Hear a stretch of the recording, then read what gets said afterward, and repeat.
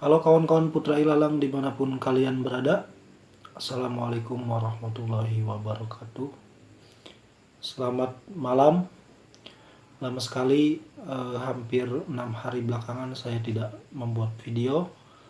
Maka untuk mengobati rasa kangen saya terhadap kawan-kawan, pada kesempatan kali ini saya akan membuat sebuah video review saja. Saya tadi kepikiran untuk nge-review buku saya, yaitu buku Suara Hati Ilalang. Bagaimana video reviewnya? Mari kita simak.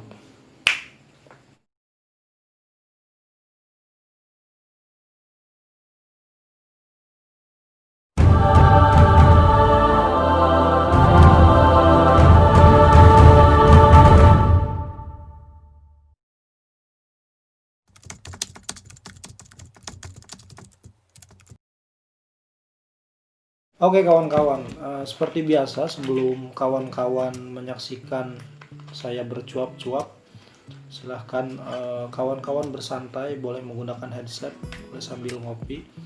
Karena saya juga sambil ngopi saja, biar tidak terlalu serius.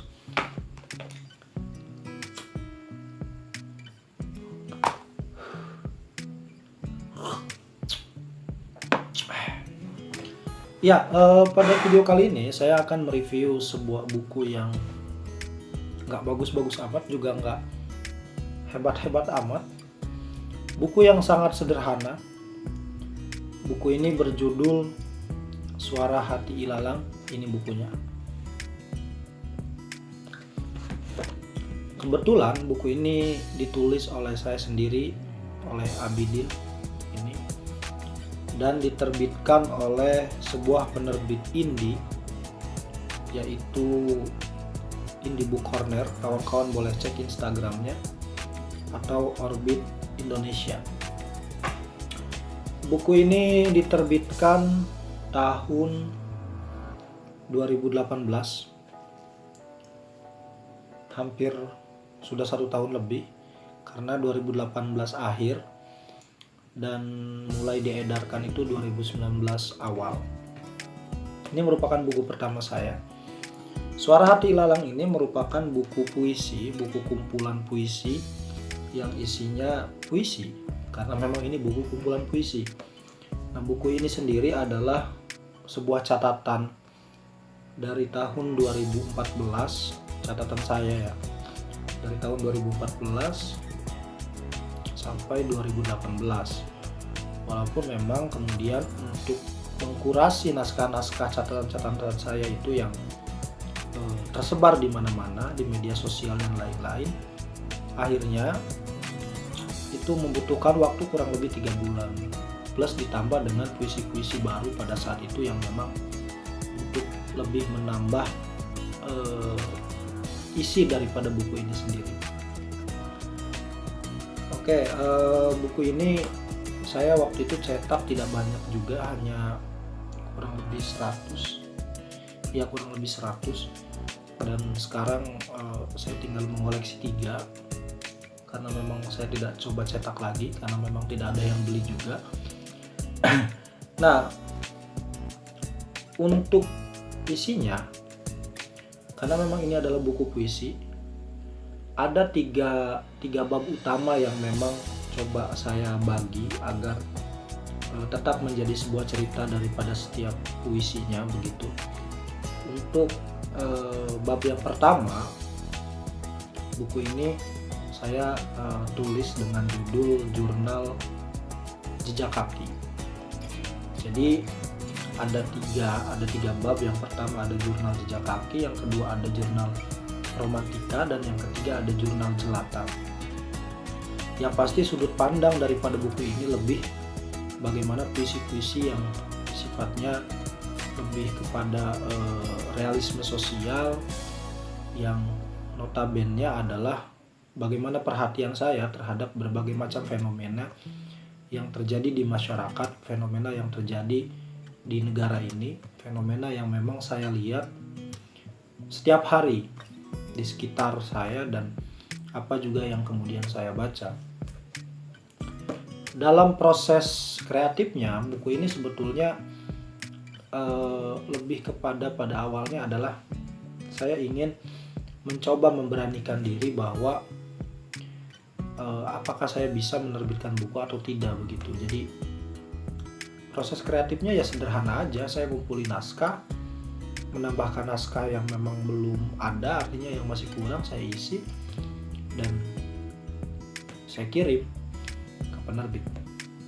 Yang kebetulan karena memang kita belum punya nama juga ya kan, maka kita harus mandiri. Maka salah satu alternatifnya adalah penerbit indie. Walaupun penerbit indie yang saya pilih ini adalah penerbit indie yang sudah cukup besar, yang sudah cukup punya nama karena sudah hampir 11 tahun mereka bergelut di percetakan buku di Book Corner sendiri. Kalau kalian bisa cek lah nanti Instagramnya ya. Nah, bab yang pertama tadi sebalik lagi adalah jurnal jejak kaki. Nah, di bab ini saya menuliskan puisi-puisi tentang bagaimana pengalaman-pengalaman saya yang ya sangat sederhana, baik dari kehidupan saya setiap hari, mirip dengan impression atau kesan-kesan yang memang entah itu kesan pada diri saya secara langsung, pemikiran-pemikiran terhadap renungan-renungan diri saya, ataupun kesan terhadap apa yang saya lihat. Begitu. Itu bab yang pertama. Nggak usah panjang-panjang ya.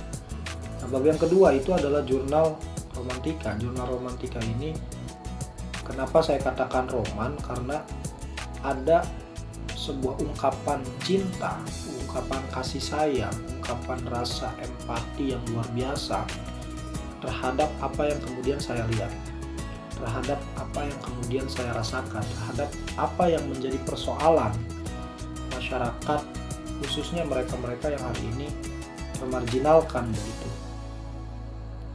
Jadi romans yang memang saya ingin ungkapkan di sini lebih kepada bagaimana saya mencintai kehidupan, mencintai kemanusiaan, dan mencintai bagaimana sebuah hakikat daripada proses hidup itu sendiri. Rokoknya mati. Jadi yang di jurnal romantika itu bagaimana saya mengungkapkan rasa cinta saya, khususnya dari manusia kepada manusia, dari saya kepada persoalan, dan saya ingin tuliskan itu. Dan yang ketiga adalah jurnal jelata. Nah, jurnal jelata ini merupakan puisi-puisi yang banyak terilhami dari para tokoh-tokoh perlawanan yang mereka ekspresikan lewat sebuah syair atau puisi, mulai daripada W.S. Rendra, Khairil Anwar, ataupun Wiji Tukul gitu ya, atau Suhokji misalkan.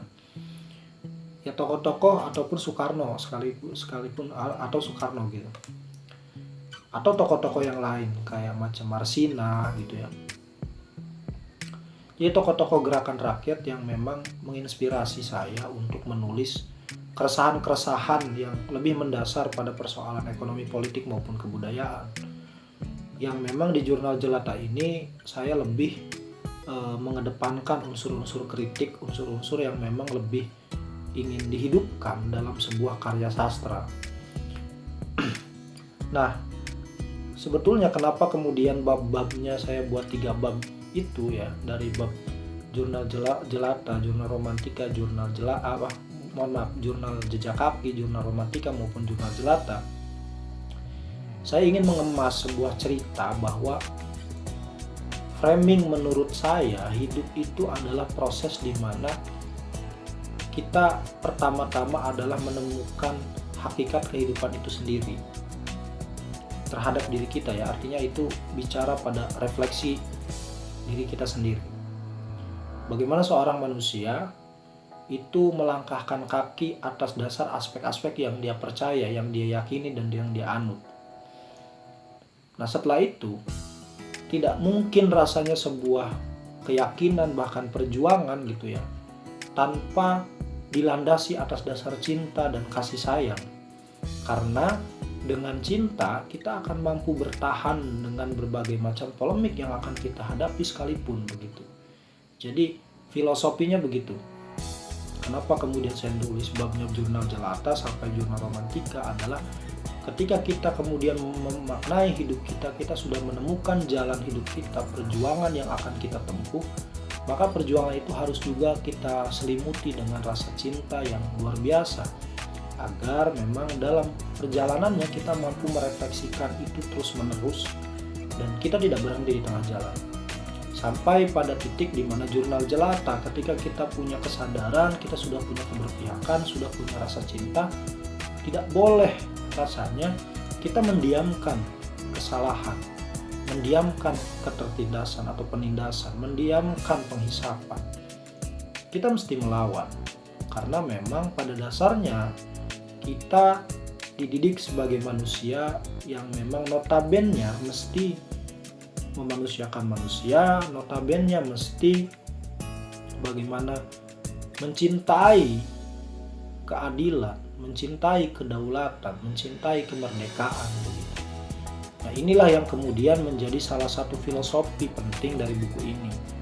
Bagaimana Suara Hati Ilalang ingin mengajak kepada para pembaca, marilah kita membaca lagi apa orientasi hidup kita. Bagaimana kesan cinta yang kita berikan kepada kehidupan ini. Lantas juga bagaimana cara kita melawan ketika kita melihat ketidakadilan, ketika kita merasa ketidakadilan menyentuh kulit kita, ketika kita melihat berbagai macam persoalan dalam kehidupan ini. Itu kurang lebih. Maka di back covernya, di belakangnya, quotes yang ditulis adalah ilalang itu adalah filosofi, kabar jelata yang selalu mempertanyakan kemapanan dan ketimpangan. Dia adalah makna seorang anak manusia yang terus mencari jati dirinya. Karena pada dasarnya, apapun yang kita lakukan hari ini adalah proses mencari. Proses menemukan titik di mana hidup yang sebenar-benarnya, yang kemudian kita akan jalani, kita akan yakini sampai kita mati nanti. Dan Suara Hati Ilalang ini sudah direncanakan jauh-jauh hari sebetulnya, jauh-jauh tahun bahkan. Dulu saya sempat membuat blog namanya Suara Hati Ilalang, kayaknya 2 ya, sama dengan channel YouTube saya Putra Ilalang, kayaknya 2 gitu. Hingga akhirnya buku yang kemudian saya terbitkan pun tidak rubah judulnya, dari dulunya hanya blogspot sekarang menjadi sebuah buku. Dan ini merupakan tulisan perdana saya, buku perdana saya yang mudah-mudahan yang sudah punya, yang memang kemudian mereka baca, ada kesan perjuangan yang menyelip dalam diri mereka, bagaimana mereka kemudian memaknai kehidupan dan hidupnya, memaknai asas kemanusiaan, memerdekakan dirinya dan memerdekakan manusia lainnya. Mungkin itu review singkat dari buku Suara Hati Ilalang, buku saya yang perdana. Mungkin di next video, kebetulan saya masih ada beberapa buku. Ada buku saya yang kedua judulnya Mengikat Tali Sepatu, buku saya yang ketiga judulnya Curhat Itu Ada Seninya, dan buku-buku e-book yang saya terbitkan di online ya, artinya di internet gitu. Walaupun mereka belum saya sebut sebagai buku karena belum dicetak. Jadi kalau yang sudah dicetak saya baru punya 3 buku, plus mungkin ada buku-buku antologi dengan teman-teman, kolaborasi dan lain-lain. Tapi yang akan menjadi pembahasan saya mungkin berikutnya adalah 2 buku saya yang sudah dicetak tadi, Mengikat Tali Sepatu dan juga Curhat Itu Ada Seninya. Oke, itu saja. Terima kasih. Kopinya keburu dingin. Dan untuk video selanjutnya, silahkan kawan-kawan komentar di bawah apa yang memang menjadi kekurangan dari review saya. Karena memang saya tidak mahir dalam mereview buku, saya mungkin hanya ingin menceritakan saja dan sekaligus mengisi waktu luang. Itu saja kawan-kawan, terima kasih, selamat malam, sampai jumpa di kesempatan yang lain. Tetap semangat. Assalamualaikum warahmatullahi wabarakatuh. Jangan lupa like, comment, and subscribe.